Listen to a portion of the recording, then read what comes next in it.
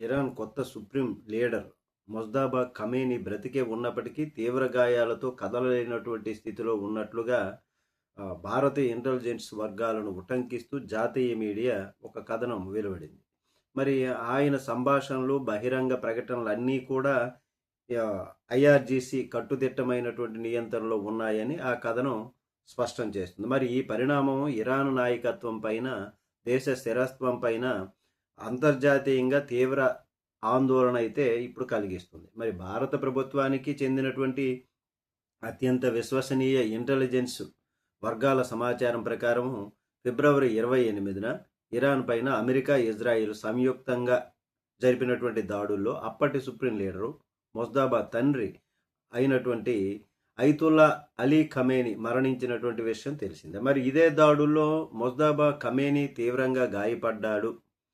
ఆ గాయాల కారణంగా ఆయన ప్రస్తుతం కదలలేనటువంటి స్థితిలో ఉన్నట్లుగా దేశంలో అస్థిరత ఏర్పడకుండా ఉండేందుకే ఐఆర్జీసీ రంగంలోకి దిగింది. ముస్తాబాతో పరిమిత సంప్రదింపులు జరుపుతూ ఆయన పేరుతో సందేశాలను, సోషల్ మీడియా పోస్టులను అత్యంత జాగ్రత్తగా రూపొందించి విడుదల చేస్తుంది అన్నటువంటిది. మరి దేశంలో అత్యంత సవ్యంగా ఉందనే భావన కల్పించేందుకే ఐఆర్జేసీ ఈ చర్యలు చేపడుతుంది అన్నటువంటిది నివేదిక. మరి ఇటీవల అమెరికా అధ్యక్షుడు డొనాల్డ్ ట్రంప్ కూడా చేసినటువంటి వ్యాఖ్యలు దీనికి బలాన్ని చేకూరుస్తున్నాయి.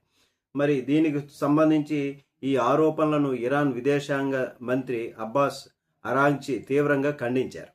మొజ్దాబా ఖమేని పూర్తి ఆరోగ్యంగా ఉన్నారని, ఇవన్నీ అమెరికా సృష్టిస్తున్నటువంటి అసత్య ప్రచారాలను కొట్టిపారేశారు. కానీ శాస్త్రస్థాయి పరిస్థితులు చూస్తే భారత ఇంటెలిజెన్స్ నివేదిక మాత్రం పరిస్థితి తీవ్రంగా ఉందని సూచిస్తుంది. మరి అమెరికా, ఇజ్రాయెల్తో ఉద్రిక్తతలు కొనసాగుతున్నటువంటి సందర్భంలో ఇరాన్లో నెలకొన్నటువంటి ఈ నాయకత్వ సంక్షోభం పశ్చిమాసియా రాజకీయాల్లో కూడా కీలకంగా మారింది. మరి ప్రస్తుతం తాత్కాలిక ఐఆర్జీసీ పాలనా వ్యవహారాలను చేపడుతుంది అన్నటువంటి విధంగా తాత్కాలికంగా అది చేపడుతుంది అన్నటువంటిది బోగట్ట. మరి ఇరాన్ కొత్త సుప్రీం లీడరు మొజ్దాబా ఖమేని బ్రతికే ఉన్నప్పటికీ తీవ్ర గాయాలతో కదలలేనటువంటి స్థితిలో ఉన్నారని భారత ఇంటెలిజెన్స్ వర్గాలను ఉటంకిస్తూ జాతీయ మీడియా కథనం చేస్తున్నటువంటిది. మరి ఇది ఎంతవరకు అన్నటువంటిది వేచి చూడాలి. నమస్తే.